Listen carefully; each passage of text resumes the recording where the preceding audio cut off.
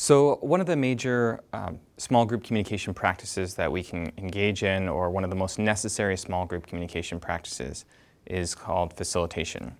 If you've ever been in a meeting or have participated in a meeting, odds are you either have one person in charge of facilitating the conversation in that meeting, or you might be the person that's one day in charge of that process. That process can either be quite successful or quite unsuccessful depending on the communication skills of the facilitator. The way I teach facilitation in my small group communication course is that it requires three particular components.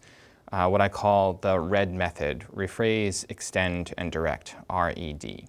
So, and here when I'm talking about facilitation, I'm not necessarily talking about running a meeting with agenda items. I'm talking about running a conversation about a particular item on an agenda.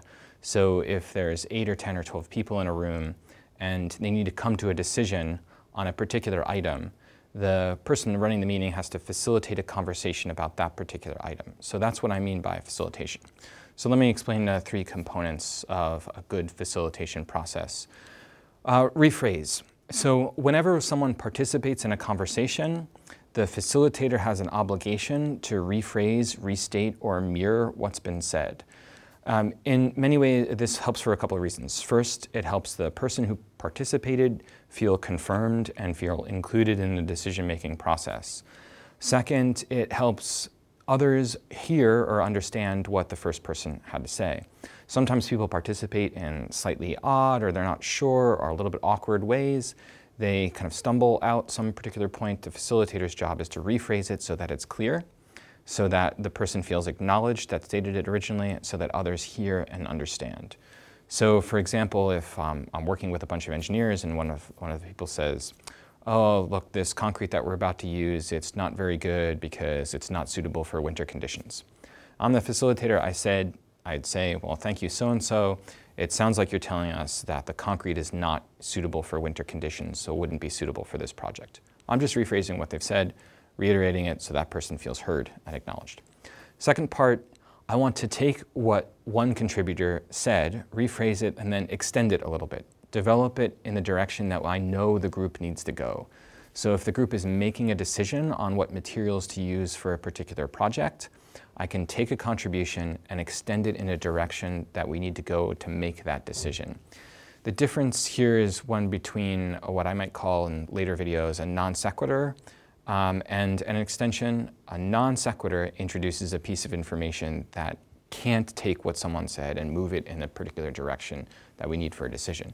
So if so-and-so contributes something about the specific kind of concrete, and I say back, "Well, you know, Canada does have really bad weather." That's not very helpful. It doesn't extend the original comment in the direction we need to go.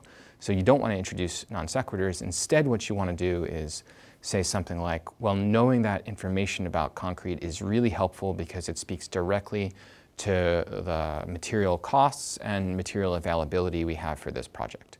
So I've taken the statement, rephrased it, and now extended it in the direction that we need to go as a group. The final point is then to direct the conversation. And usually I want to direct it toward one other member of the group that I know has relevant information or that I know wants to participate. So-and-so just said this about concrete. That's what they said. It speaks to this issue of cost and materials.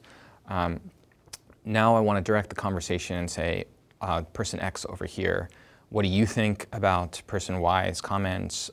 What do you know about different communication or different concrete options?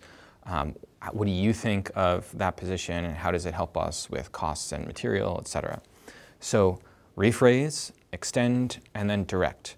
A good facilitator can do all of those things, or does do all of those things, working with the group to help the group come to an effective decision and to incorporate everyone into the process of decision making. Notice what I didn't do there. Another thing I didn't do is that I didn't just run the group meeting by asserting my own position and then assuming that position was the right position. I'm looking for ways to incorporate other voices into the decision-making process, and that's really what a good facilitator does. So that's facilitation in a nutshell. If you're going to practice it, you need to practice rephrasing, extending, and directing the comments of others.